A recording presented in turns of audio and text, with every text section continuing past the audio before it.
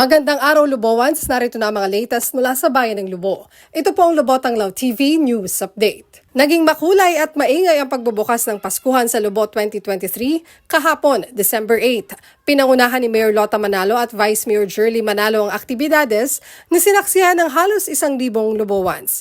Unang bahagi ang ribbon cutting ceremony sa Christmas Night Market Food Hub at matapos ito ay isinagawa sa harap ng bagong Municipal Hall ang pagbubukas ng ating pailaw, ang magarbong 8-minute fireworks display at ang Christmas performances ng iba't ibang grupo buhat sa iba't ibang lugar sa Bayan ng Lubo.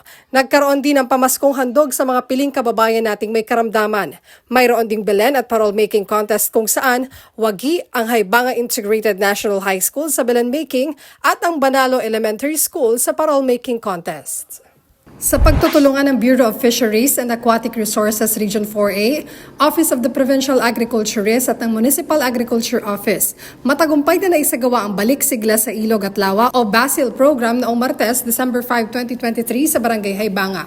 Humigit kumulang 10,000 tilapia fingerlings ang pinakawalan sa Haibanga River at Haibanga Dam. Isa ito sa mga programang inisyatibo ni Mayor Lota Manalo at ng lokal na pamahalaan upang maparami at mapalago ang produksyon ng pangisdaan at agrikultura sa ating bayan.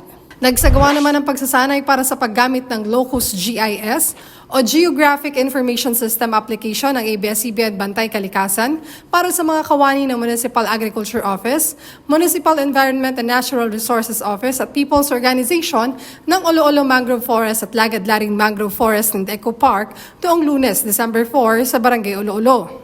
Layo ng pagsasanay na maturuan sila na mapabilis ang data gathering at malaman ang mga lugar sa ating bayan na mayroong mangrove sites at matukoy ang mga species na makikita dito. Nagsagawa naman ng pagpupulong kaugnay ng paghahanda ng mga bangka sa panahon ng kalamidad at sakuna noong Miyerkules, December 6 sa SB Session Hall.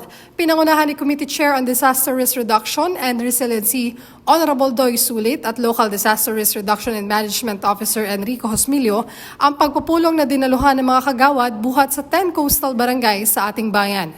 Tinalakay rito ang pagkakaroon ng lifeguards at sariling bangka ng mga resorts, pagkakaroon ng kasunduan ng barangay at may-ari ng resorts na magtulungan para sa kahandaan sakaling magkaroon ng hindi inaasahang sakuna.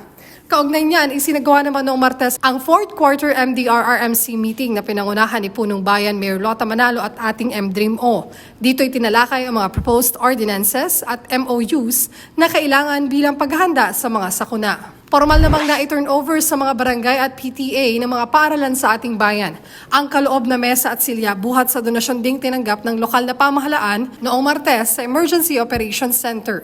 100 mesa at 200 mesh chairs ang ipinamahagi sa kanila buhat sa ayaw ng magpakilalang donor. Isinagawa naman ang induction at oath-taking ceremony ng mga bagong halal na Municipal Federated Parents and Teachers Association o FPTA ng DepEd Lubo Sub-Office.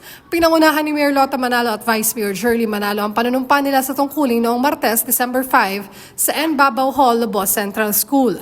Layunin ng samahan na mapanatili ang magandang ugnayan sa pagitan ng mga guro at mga magulang. At yan po ang mga latest mula sa Bayan ng Lubo. Ako po si Angelica Tienza Romero. Muli itong Lubotang Law TV News Update.